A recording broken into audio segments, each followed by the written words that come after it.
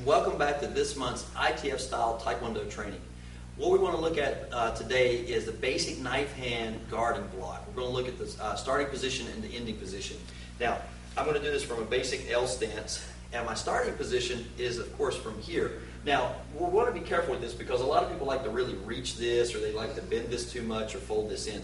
We don't want that. We're really going to make a nice little angle here where this is basically about 90 degrees to the floor. And then, of course, from here, and of course, I would finish in half-facing position. Now, the reason I want you to understand is that this block is perfect if you're doing multiple attackers, because I may block from here and need to be able to block immediately to the other side. Just like that. So one hits me, I block, but something's coming in the other way, and as it hits me, of course, there's some recoil, and that's what sine waves help and train you for as well, is that ability to flex and contract and extend the muscles and actually explode into techniques. But again, it helps also because in reality, you're going to absorb some impact, and so sine waves are already preparing you for that. Just be sure that when you're chambering, that you avoid this kind of thing, or this kind of thing, or that kind of thing. Now, let's look at how this can actually be utilized, not just for blocking, but for some outside-the-box applications on this block. Let's bring Mr. Jesse in for just a second.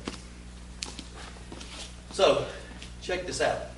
I'm going to utilize this basic block by coming under this arm, and you'll see my arm tuck here, and I'm hooking, and then, of course, I'm going to drop it, and now I've got him in the shoulder lock.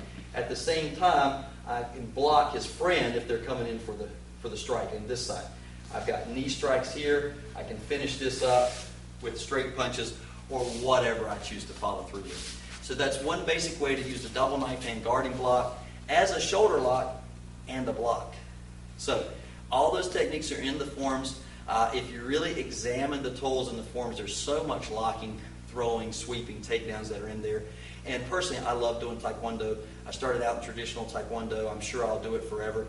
To me, it's so relaxing, and it gives me such great stretching, and it's really given me a lot of great physical skills that I attribute to training in the style that have helped me actually pick up other styles, because I've always been a true student of trying to unlock the different techniques in the forms.